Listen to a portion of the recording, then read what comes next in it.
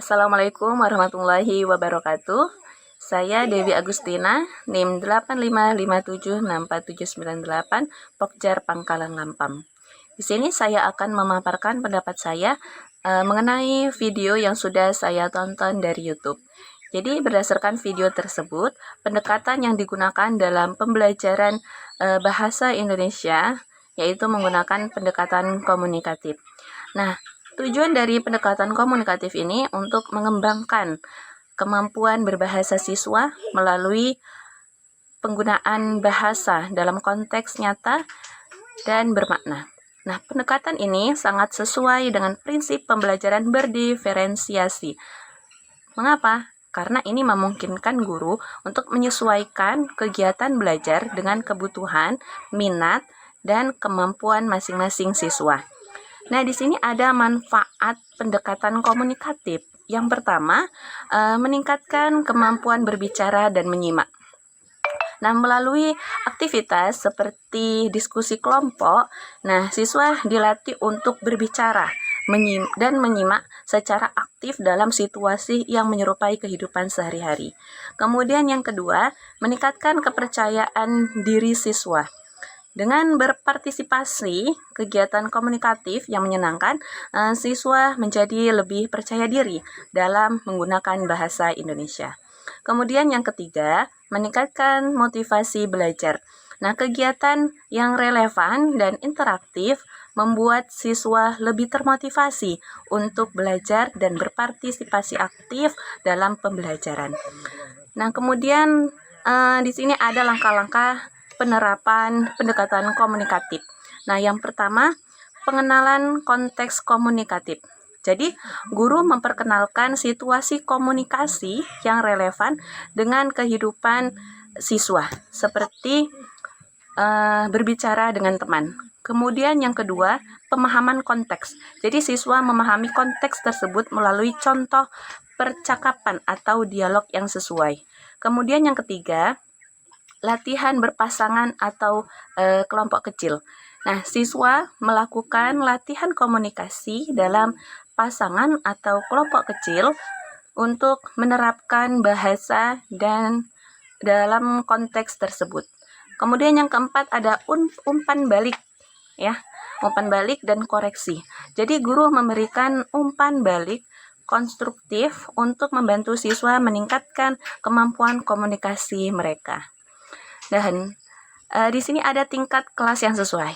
Jadi pendekatan komunikatif ini sangat cocok diterapkan di kelas 1 SD, terutama dalam dalam pembelajaran bahasa Indonesia. Nah, pada tahap ini siswa sedang mengembangkan kemampuan dasar berbahasa, sehingga pendekatan yang menekankan penggunaan bahasa dalam konteks nyata akan sangat membantu.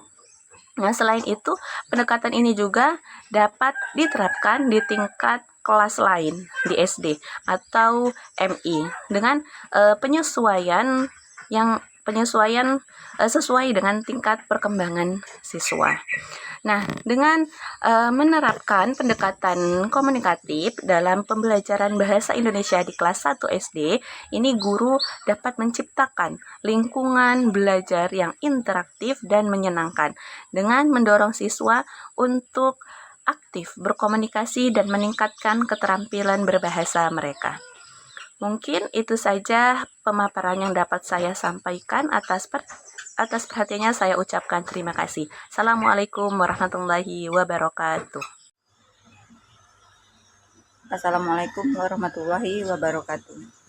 Perkenalkan, nama saya Mirnawati, NIM 8557636466. Ya, di sini saya akan mempresentasikan hasil video yang saya dapat melalui channel YouTube.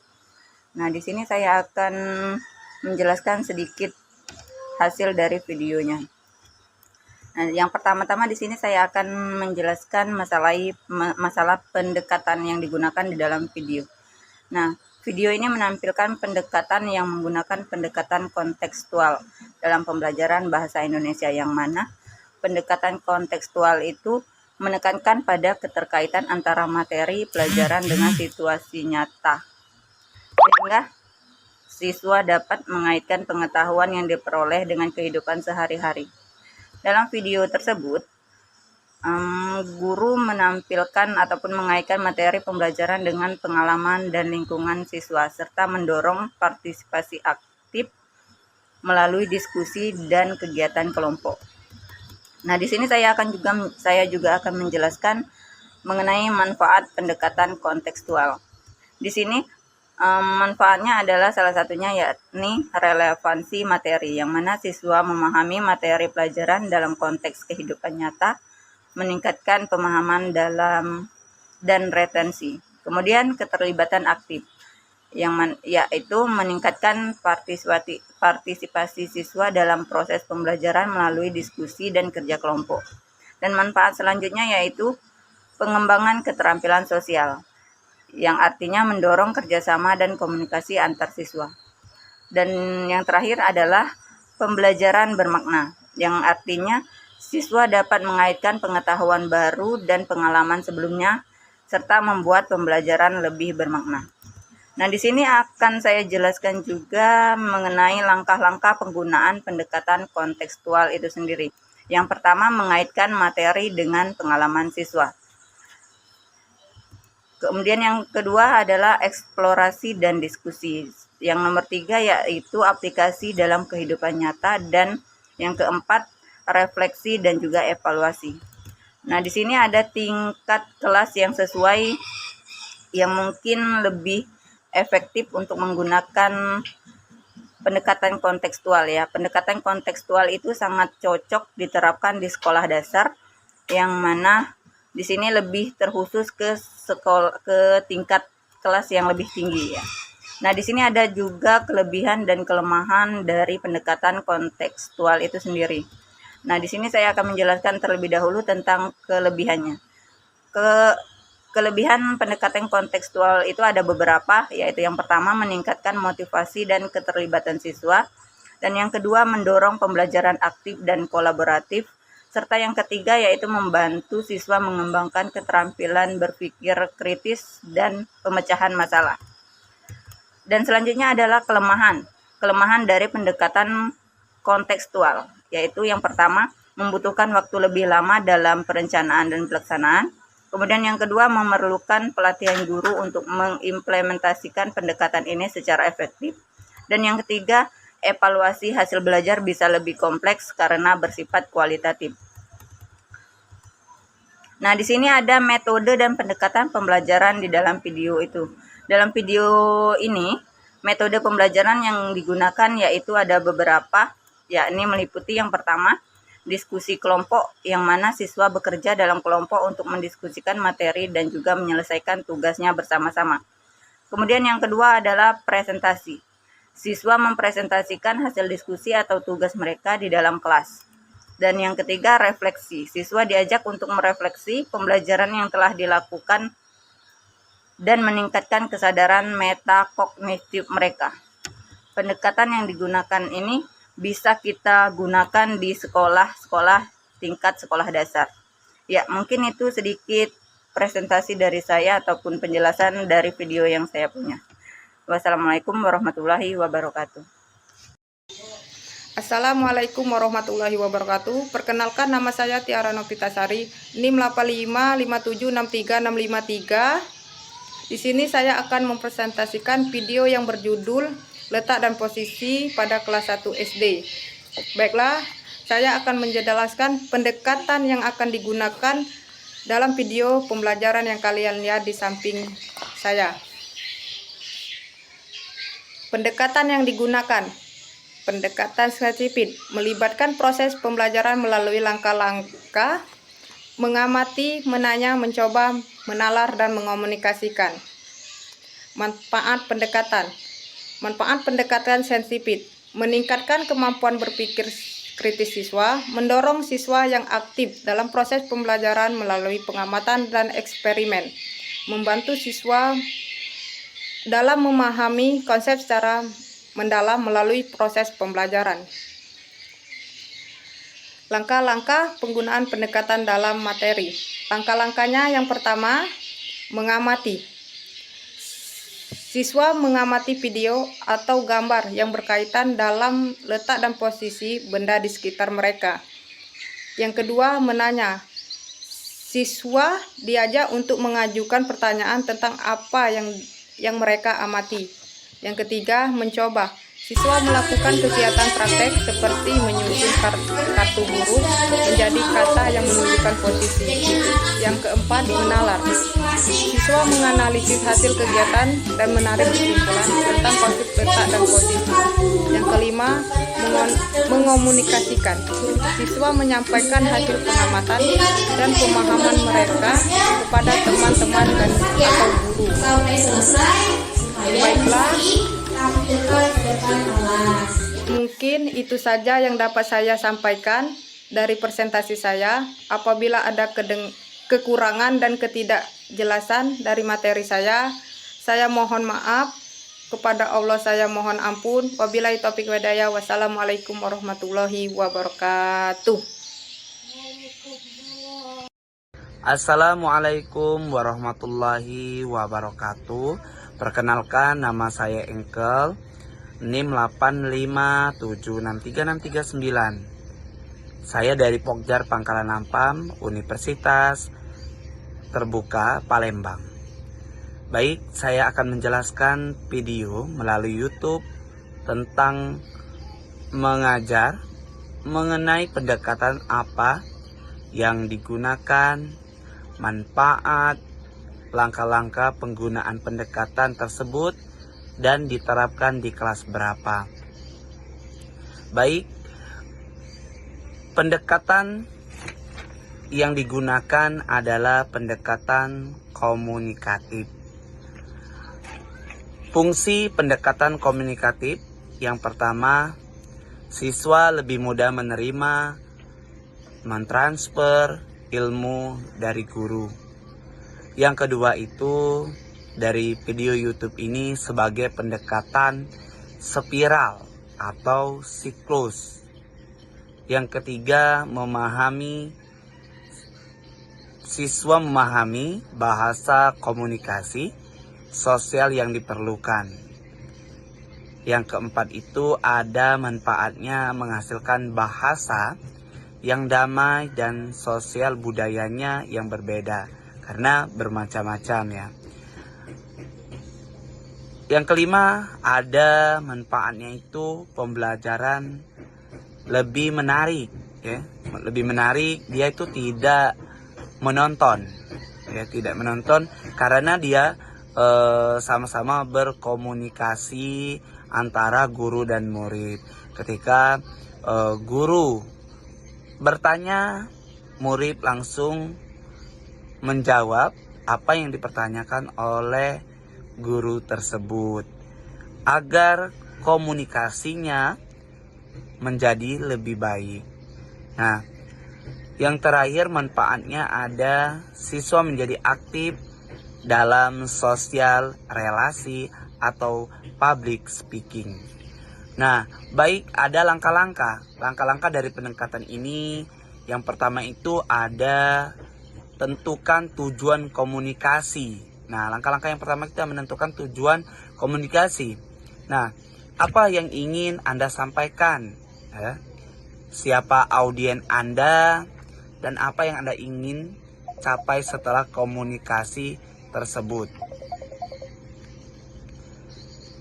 Yang kedua ada pilih metode komunikasi yang tepat, tujuan audiens, dan sumber daya yang tersedia. Apakah Anda akan menggunakan presentasi email, laporan tertulis, dan rapat atau metode lainnya? Yang ketiga, kumpulkan informasi yang relevan dan akurat. Pastikan informasi yang Anda gunakan dapat diandalkan dan mendukung pesan Anda. Yang selanjutnya, langkah selanjutnya, susun pesan Anda dengan jelas dan ringkas. Jadi gunakan bahasa yang mudah dipahami oleh audiens Anda. Hindari jargon atau yang dinamakan istilah teknis yang mungkin tidak mereka mengerti. Nah, struktur pesan Anda secara logis dengan pendahuluan. isi dan kesimpulan yang jelas. Nah, ada lagi langkahnya itu yang kelima itu ada pilih media yang tepat untuk menyampaikan pesan Anda ya, dalam mempertimbangkan faktor seperti jangkauan audiens, preferensi audiens dan efektivitas media. Nah, tersebut dalam menyampaikan pesan tersebut. Ada langkah yang keenam, sampaikan pesan Anda dengan efektif ya. Perhatikan bahasa tubuh, nada suara, dan cara Anda menyampaikan informasi. Berikan kesempatan bagi audiens untuk bertanya dan memberikan umpan balik. Nah, langkah yang terakhir yaitu langkah ketujuh, evaluasi efektivitas komunikasi Anda ya. Apakah pesan Anda itu dipahami dengan baik? Apakah Anda mencapai tujuan komunikasi Anda? Nah, apa yang dapat Anda lakukan ketika meningkatkan komunikasi Anda di masa yang akan mendatang? Nah, untuk pendekatan komunikatif ini itu layak pembelajaran di kelas 5 karena mereka sudah mengerti komunikasi atau komunikatif. Mereka bisa bertanya, dan apabila dijelaskan tentang mata pelajaran tersebut, siswa itu cepat menanggapi karena siswa kelas 5 itu sudah mengerti dan memahami pembelajaran tersebut. Baik, itu saja yang dapat saya jelaskan dari video di YouTube tentang mengajar ya, tentang pendekatan komunikatif ini. Saya akhiri, wabillahi taufik walhidayah. Wassalamualaikum warahmatullahi wabarakatuh. Assalamualaikum warahmatullahi wabarakatuh. Saya Ria Yupita akan menjelaskan pendapat saya mengenai video yang telah saya tonton dari YouTube untuk memenuhi MK pembelajaran dari Ibu Dian Eva Lestari, MPD. Setelah saya amati, pendekatan yang digunakan dalam pembelajaran video tersebut menggunakan pendekatan komunikatif dalam pembelajaran bahasa Indonesia. Pendekatan ini menekankan pada kemampuan siswa untuk berkomunikasi secara efektif dalam berbagai konteks. Dalam pendekatan ini, siswa didorong untuk lebih aktif dan berpartisipasi dalam kegiatan yang melibatkan penggunaan bahasa secara nyata, seperti diskusi, simulasi, dan bermain peran. Selanjutnya saya akan menjelaskan manfaat dari pendekatan komunikatif tersebut. Yang pertama, meningkatkan kemampuan berbahasa aktif. Di sini, siswa lebih terampil dalam berbicara dan menulis karena sering berlatih dalam situasi yang nyata. Yang kedua, meningkatkan kepercayaan diri. Di sini, siswa menjadi lebih percaya diri dalam menggunakan bahasa Indonesia di berbagai situasi. Yang ketiga yaitu pembelajaran yang bermakna. Materi pelajaran lebih mudah dipahami karena dikaitkan dengan konteks kehidupan sehari-hari. Adapun langkah-langkah dari penerapan pendekatan ini, yang pertama kita harus menentukan tujuan pembelajaran. Di sini guru menetapkan kompetensi komunikatif yang ingin dicapai siswa. Yang kedua yaitu merancang kegiatan interaktif, di mana guru menyusun kegiatan yang melibatkan interaksi antar siswa seperti diskusi, kelompok, atau bermain peran. Selanjutnya, pelaksanaan kegiatan, di mana siswa melaksanakan kegiatan yang dirancang dengan guru sebagai fasilitator. Terakhir yaitu evaluasi dan refleksi. Guru dan siswa bersama-sama mengevaluasi hasil kegiatan dan merefleksikan pembelajaran yang telah dilakukan. Adapun tingkat kelas yang sesuai dengan pendekatan komunikatif ini lebih disarankan pada kelas 4, 5, dan 6 sekolah dasar, di mana siswa sudah memiliki keterampilan berbahasa dan mampu berpartisipasi aktif dalam kegiatan komunikasi. Selanjutnya di sini ada kelebihan dan kelemahan dari pendekatan komunikatif tersebut. Yang pertama, kita akan menjelaskan kelebihan dari pendekatan ini. Yang pertama, kelebihannya yaitu aktif dan menyenangkan, di mana pembelajaran ini menjadi lebih hidup dan menarik bagi siswa. Yang kedua, mengembangkan keterampilan sosial. Yang ketiga, fleksibel, di mana siswa dapat disesuaikan dengan berbagai materi dan konteks pembelajaran. Adapun kelemahan dari metode ini, yang pertama, memerlukan waktu yang lebih lama. Mengapa demikian? Karena kegiatan interaktif seringkali memakan waktu lebih lama dibandingkan metode ceramah. Yang kedua yaitu tantangan dalam evaluasi, di mana menilai kemampuan komunikatif siswa bisa lebih kompleks dan subjektif.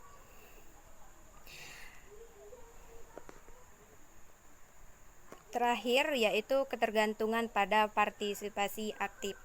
Keberhasilan pendekatan ini sangat bergantung pada keaktifan siswa dan dalam berpartisipasi dalam pembelajaran tersebut.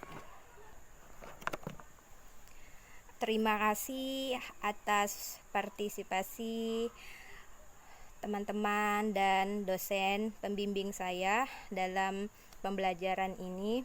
Saya akhiri. Wassalamualaikum.